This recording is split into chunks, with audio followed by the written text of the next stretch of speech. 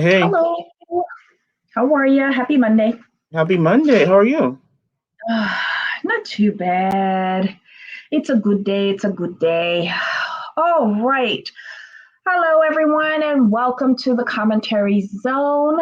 Today, we will be talking about the Belle Collective Season 1, Episode 4, Bad Brunch Behavior. As you come into the room, please don't forget to give us a like. But before we get started, I really want to thank all of you guys in the chat for spreading the word because we got some new subs this weekend, and I really want to thank all of you and welcome all the newbies to the party. Hmm. Okay, so Welcome, Jamal. everybody. Thanks for joining us. Oh, sorry, there's a little delay on my end. So, what do you think about this episode? Just an overall yay or nay? Overall, it's a nay. Okay. I was on the fence. Some of these storylines I am bleh. But just a quick summary. We see Tambra meeting with Ramona, who's kind of like a mentor to her. We see Letitia get a wake-up call on Ferris Street. Then we see Marie and Jerez go for their therapy session. Next, Latrice is getting ready for the launch of her new product line. Then Tamara goes on a date with an old boo. And then we have our second brunch. Where do you want to start from the top? Yeah, because there wasn't really much until we get to the end. Why I was on the fence. There were certain parts of this episode that I really related to. And the very first scene with Tambra and Ramona, I related to that. If Ramona is like a mentor for her, I think she gave her some really good advice.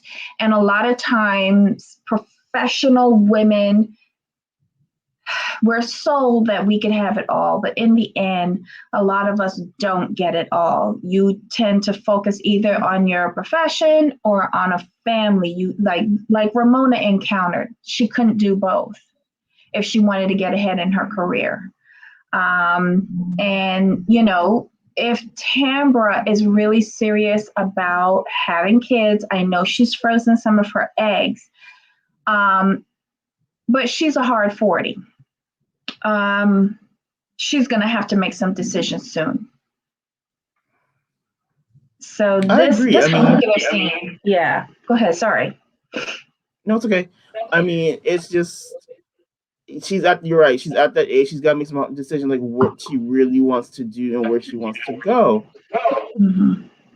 I mean, if you want to expand your career, you have to do it now. And I would think that she would want to try to settle down within the year as well, so she can have the family and have everything she wants. I think if she waits beyond this year, it gets infinitely tougher because you're getting older, and then what's going to happen is you're probably going to be ready, and then your career takes off, and then you're left with the same choice, but exponentially harder. Yeah. Yeah, and she also has to think about the fibroid issue because it seems like this is an ongoing issue with her. She has the surgeries, but they come back. You are going to have to try and space a child in between having a surgery to remove the fibroids and them growing back. That might be a narrow window for you, moving forward. There's a lot of balls in the air with her. And I just don't like if having a family, a husband, kids is at the top of her list. I don't want her to miss it because a lot of women live with regrets. I know she has her what would Oprah do? But Oprah made a decision a long time ago not to have kids. You haven't made that decision yet. Don't miss your opportunity. Yeah, Don't waste the time. Mm-hmm. Yeah. Okay, so the next scene we see Letitia going down a Farish Street, and she has a meeting with the councilman, the appraiser, and the city of Jackson contractor, and she gets a big wake up call. And when this is a historical building, I was worried about that. There's so many restrictions you have with historical buildings because you have to preserve the like original history to the building, Mhm, so you can't make mhm. too many changes. And they literally tell you like, no, you can't do this, no, you can't do that, or you need to submit everything you want to do to them first and have them approve or not approve. Because once you get started, it's hard to make those changes mid reno. Yeah, like basically, since it's a historical building, she has to keep the design and the structural integrity of the original building intact, plus bring it up to modern day code. And it's been sitting there vacant for how long? Like, that's a lot of money. And because it's a historical building, that particular building isn't even for sale, it's for lease. So you making repairs to somebody else building that's going to cost you a lot Right. of money. And he may not sell it to you. Yeah, yeah. So what did they tell her? The acquisition would be like 500,000 renovations, $900,000 to 1.5 million to bring it up to code. Could be extra. Like I just kept hearing ka-ching, ka-ching, ka-ching, ka-ching, and then that's when that question came up that I asked you before we started. How does she make money? Like I don't think the brunches can do this. Not on her own, no. Does she have to get that particular building? I think it's one of the few two-story buildings in the on that block, and that's the main reason because she wants to be able to do her brunches out of the same building as the resource center. Okay, I get That's the that. headquarters. But how much money, like what's in her business plan to see how much the brunch venue plus the event space venue is going to bring in? Like, I would love to see her business plan for this. I like this is such a great idea, but did she know this before she decided? Oh, I have a feeling that she thought that she'd be able to go in, buy the building, and tear it down. I really think that's what she thought she was gonna be able to do, or if not tear it down, at least because she did mention the two stories, so maybe not tear it down, but I have a feeling she thought she was going to be able to go in and just reno it and be done with it. But when you throw did in she like think she was going to be able to get it for cheap because like it's been abandoned for so long? abandoned and a renovation project, Wow. Well, maybe now we're get like to me this says maybe that's why the street has laid dormant for so long because this is a huge price tag, and considering the other women that she's targeting in the group, I don't think anyone has the pockets for a venture like this. I think that's the purpose of her brunch is to bring people together so they can do it together. But I thought that she was targeting the ladies to like take on a storefront of their own. But I think based on this news, um, they might have to all pull together for one building. That's the way it's looking like now. So hopefully they can get some corporate partners or something out of this because if it's going to be, we'll just say 2.5 million for that one building. But we have to keep in mind the reason why it's going to be 2.5 for that building because it's a historical building. I don't think all the other buildings around it or land around it is going to be marked as historical. I hope So not. I think that's this one is just the bigger price tag because like, well, it's historical. We have to preserve it and do all this stuff. So Or maybe she can make a compromise. Pick another building that isn't a historically flagged building, one story. Brunch is only served between 4 hours of the day, and the rest of the time you can do event space. but I mean, but in this building, she wants the cafe. Right, but that's what I mean. Like she can do brunch, but then do event space after the brunch Gotcha. period. You know, like I it's got you. like dinner events. Got it. Okay. I get now. I see where you're going. Yeah, like Like, well, what about the cafe? I don't know. I it's a but to her credit, um, she says she's confident she could do this. I'm gonna keep watching to see how she does it. Yeah, and who's going to be on board? Yes, yes.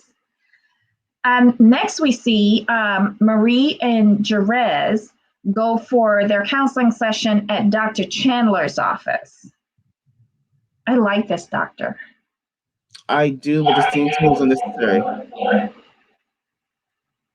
Well, And here's the reason why. All it was her telling him that you should be grateful for having a mother like me, and my mother wasn't there for me, so I made a decision to do right by you. Um, and all that is like, well, okay, fair, but you have to understand that you're enabling him by taking care of all his baby mamas and his children. You're not teaching him any responsibility at all. Zero. True. True. I totally agree with you. But this was just the first session. And, of course, she came with her recording, and the doctor tells her, you know, I'm going to need you to stop recording. Mhm. Just don't do that. I have a question for you. Um, mhm. So, how can I put this? Do you think that her not acknowledging her part is going to be a problem down the road?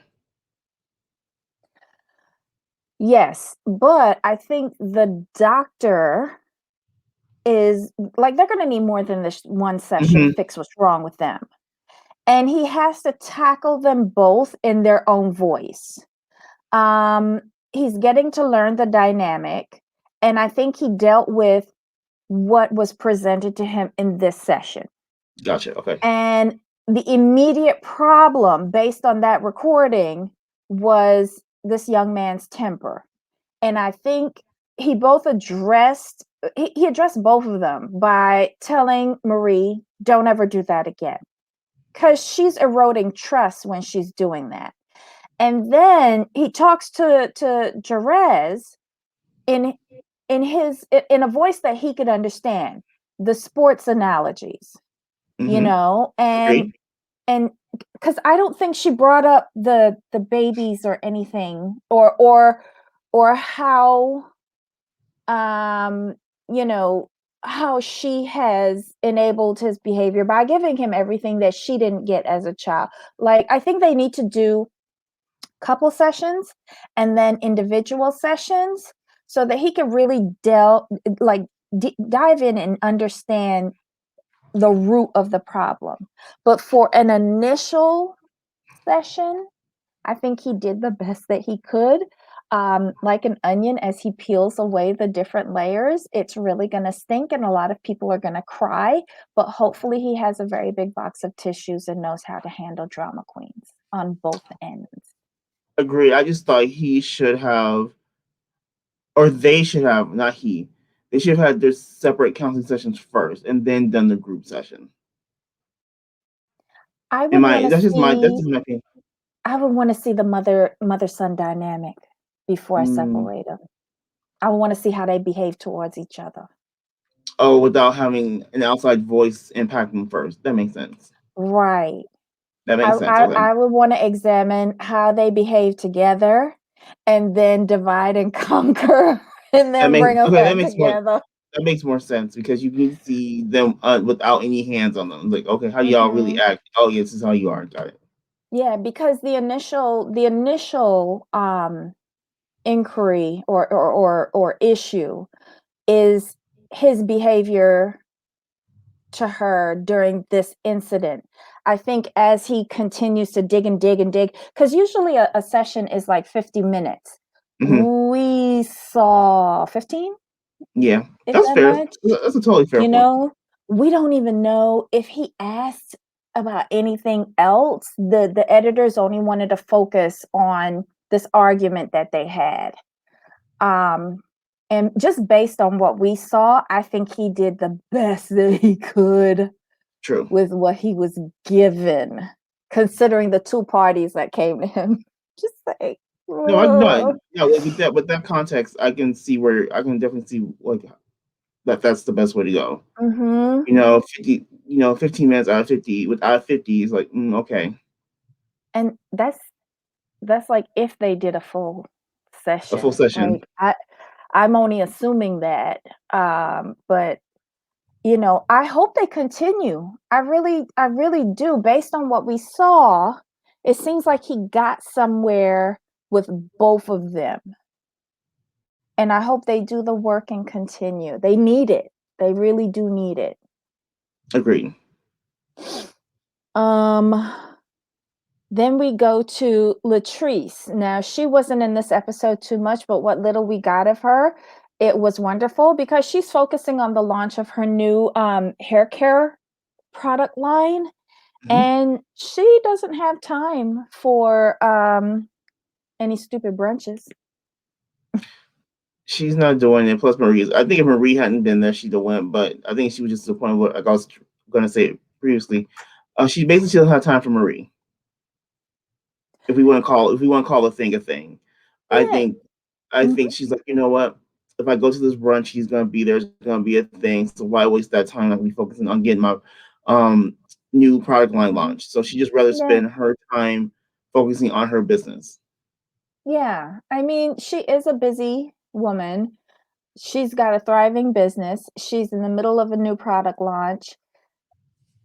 I think taking time to go to the first brunch was a lot for her, but she thought she was gonna get something more out of it, maybe networking or something like that, when she didn't. You have to, like, schedule yourself accordingly. This didn't make the cut. Yeah, I mean, like, why set yourself up to go into a place where you know there could be conflict, like, and you know Mhm. this. Yep, So just and be like, ragging you on know your what? business. Yeah, Yeah, no, I agree with her. Great job. yep. The next scene we see Letitia and Antoinette at the Civil Rights Museum. Um, I think it was really nice that we saw this, but I didn't understand why we were seeing it in this episode, just based on the title, because I didn't know what was coming up afterwards. But it was a nice scene, and some very valid questions were asked. Why don't you like me because of the color of my skin? What did I ever do to you? You know, Right. it's a harsh reality to go and look at in that museum. Exactly. And I will say this, I do like the dynamic between Antoinette and Letitia. I like Let their dynamic. Letitia's a girl that gets along with everybody, you know? Right. Like she's the perennial hostess, you She know? is, but for some reason, those two together, I really, really like because yeah, they shade each other back and forth. They acknowledge. I like the fact that they acknowledge it. Mhm. They have fun with it, but at the end of the day, they're about unity. Like if you really Mhm. look at the group as a whole, Mhm. those two are about unity. Like Mhm. Antoinette said, like, you know what? I told you. If you need me, I'm there. If you need a shoulder to cry on, I'm there. It's no problem. Yeah, yeah. And I feel it's a two-way street versus some of the other dynamics are a little more one sided. Mm-hmm.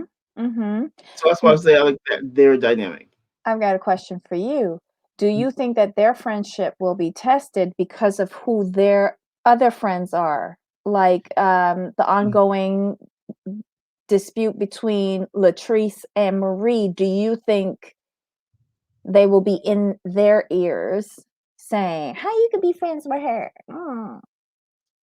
I think that's typical, but I think those two have already had their discussion, so I think they won't be subject to a change of heart towards their friendship. You know what I mean? Like Mhm. Latrice won't be able to tell Antoinette like, well, why are you friends with Letitia? She's friends with Marie, and I don't like Marie. I think they're way too grown to be like, I'm not doing this. What? Okay, good. That's what I wanted to hear. Um, I just hope it does come to fruition. That their friendship can hold strong because it is very nice. It is a mature, grown woman relationship. I like I think it. I think the key to that though, I have to put this caveat is they can't keep trying to force those two to be friends. I think that's the only thing they can do. Just let them fight each other, and they'll come along eventually. I think they can try to facilitate some sort of Yes, truce, not but not force, because yes, we all have to be cordial here. We all exactly. we all have to film together. Come on, ladies. Antoinette says that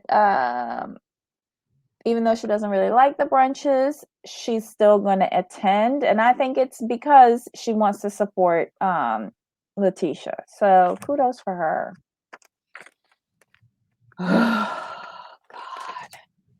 Now we have Tambra going on a date with Demond, and this is a gentleman that she had a relationship with for about 16 years. Hmm. I didn't see the point of this. Um, why did you wait 16 years with one person without like taking the next step?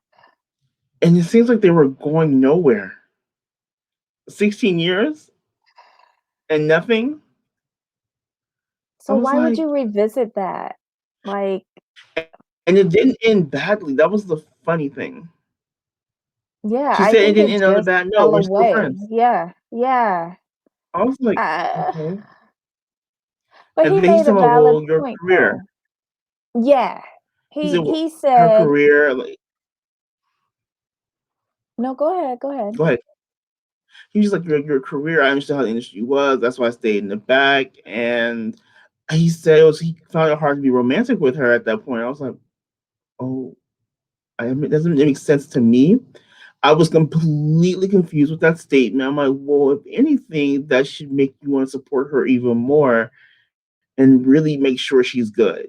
And that sense of selflessness should make you that much more in love and attracted. I just don't understand What that I statement. I'm heard from confused. that, he said, like when they got together, she was Tambra. But as the relationship went along, she became Tambra Marie. And Cherie, Tamara Temper Cherie. Marie, Cherie, yeah, Tamara Cherie. Tamara was like, but that's me. No, it isn't. And it was proof Mm, in that conversation. The loud screeching shrew is Tamara Cherie. That's the one that I don't mm, like. But if you notice, the tone of her voice changed quite a few times during that conversation with him. She reverted back to Tambra. And I mm. think that's where he was like, I always supported you. But I was in a relationship with Tambra, not Tambra Cherie. And there's a Gotcha. distinct difference between her on-air personality and who she is, or as an individual. And I think she Mm, might have got lost in the on-air personality because that kind of um flamboyant character she let take over her life. but to the detriment of her boyfriend. So what he's saying is he wasn't in love with the persona of Tambra Cherie. Mhm. And that's kind of what drove him to be like, okay, like Yeah. I support you, but I'm not feeling you. But I have to say this. Do you know who I couldn't remember it? 'Cause All About the Tea said somebody said that Tambra reminds them of Carly Red from Love and Hip Hop. Mm. But you know who she really reminds me of? The person still in Love and Hip Hop Atlanta. Who? Do you remember Betty Idol? Betty Idol. The one who was trying to date Scrappy when he broke up with Bambi? No, I stopped watching. Oh, she was called Bambi. She's called Bambi, the horsey. She was No. she was friends with like D. I think the lady's name is D. Smith, who was working with Tammy. It was a whole situation. Oh my God. Love and Hip Hop Atlanta. Oh my God. Betty Idol. Oh, Yeah. Do you see it? yeah. And then if you hear her voice, they sound similar. Well, I'm not gonna turn that on now because Yeah, I don't want everyone to like get shocked and awed. Oh, yeah. But she has less bundles. yeah, yeah. I was like, she reminds me of something that it's not Carly, but her and Carly, like Tamara and Carly, look similar. Like, and that came to me. Oh, Betty Idol from Love and Hip Hop. They could be like cousins or something. I was like, Mm. I want so much for Tambra, and like I told you, her voice, it does irritate me. mm, However, when she was not Tambra Cherie, when she was regular Tamra talking to him, when she was slipped back into that person she used to be, she I could tolerate the voice. yeah, yeah. It's just I think it's the loud screeching that kind of drives everybody away. And I does she think that maybe I gotta listen to her on the radio. Maybe it sounds different on the radio. True. I was thinking about that. I was watching the episode. I'm like, maybe I should try to check out a radio show first to see if there's a sound difference behind the mic. The reason why I think it might because when you're on radio, you're expected to be a personality. You know what I mean? I expect a radio personality, so I don't mind it. But I think when you're Mhm. not in that setting, you expect it to be toned down a little bit. Mhm. But it was interesting. Do you think she's gonna ask him for his little swimmers to fertilize her frozen things? I'm Her I mean, popsicles? if she's going to, she needs to do it now. And he seems like such a supportive, good guy. So it would make sense for her to do that because you know him. You guys have so much histories. You like him, and you guys are good friends. I'd rather go that route. I found it interesting that he didn't get married and still has no children. Like, hello. This was your forever love. Like, don't screw up a second chance. Exactly. Both of you, though. Both of you. Yes, yes. Okay. So it's the day of the brunch again. Um, they're at the Gumbo Grill restaurant, and that food looked really good. Oh, and that the new chicken and waffles came out. Like, hold up. Let me talk to you. Where's my That's what plate? I saw too. I was like, oh God, that looks so good. But oh my God, I need to go get lunch. So yeah, so Tambra is the MC. Letitia is hosting again.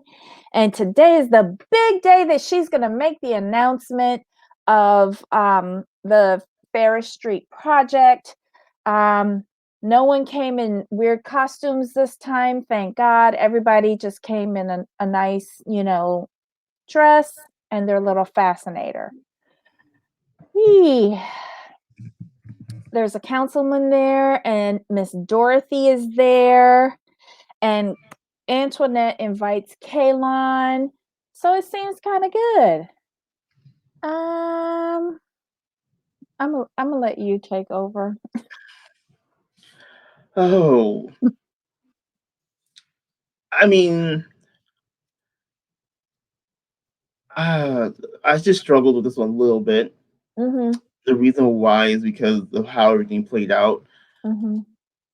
You could see Kaylon just feeling so out of place and so uncomfortable, and it was hard for me to watch her because she just felt so uncomfortable. I'm like, I get it, I understand it, but if we're being completely honest, this is something that people of color experience every day, Mhm.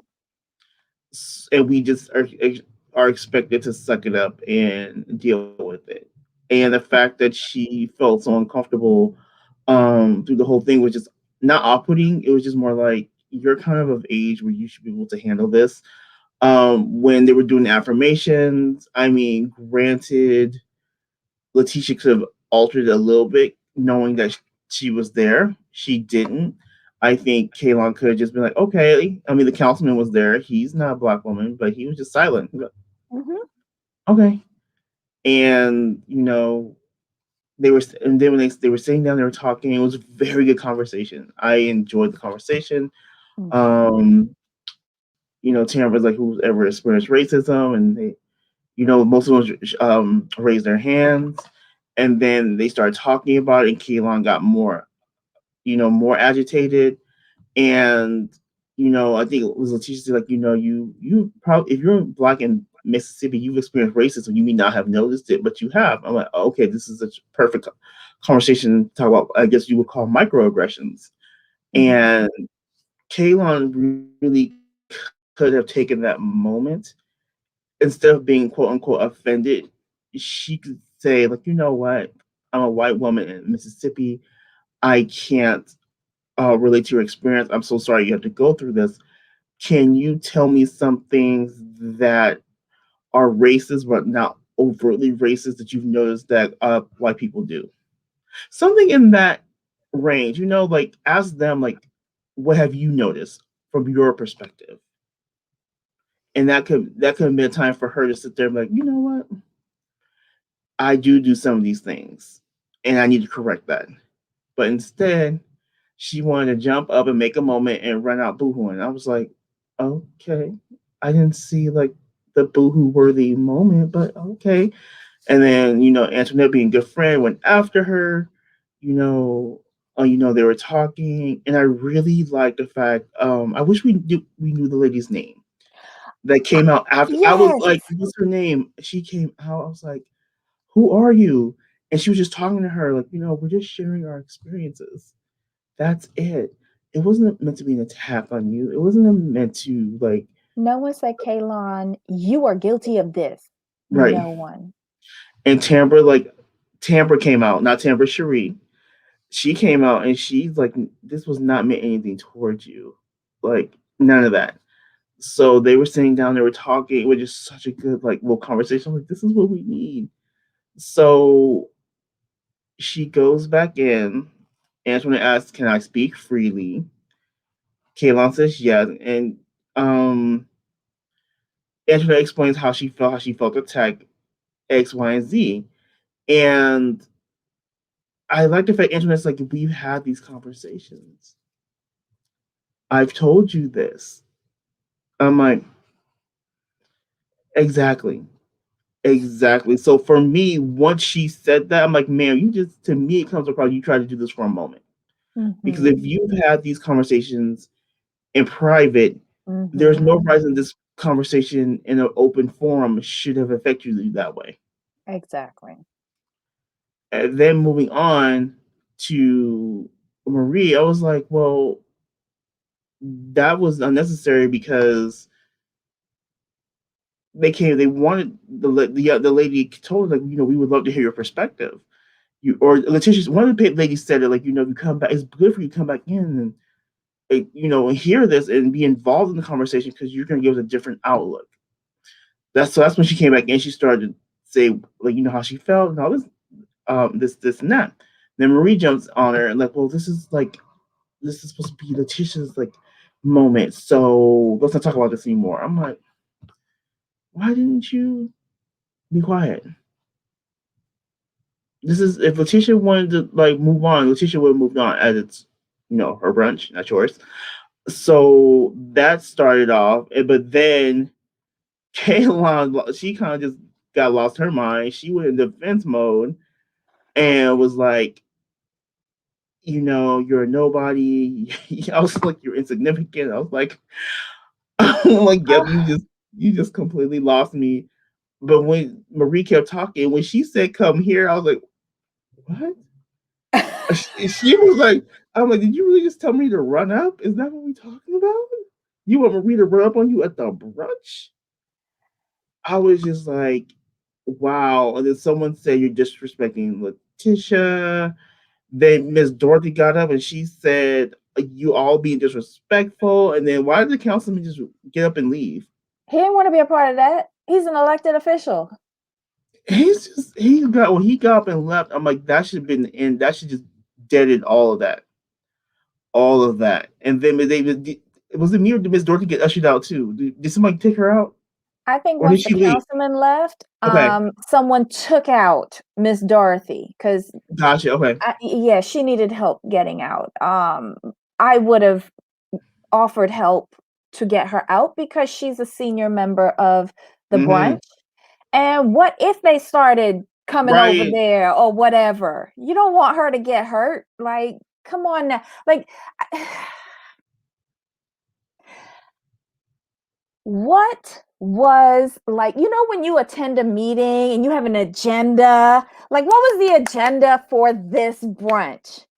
Like, it should have been affirmations, updates from last meeting, and the announcement, and serve them chicken and waffles and call it a day.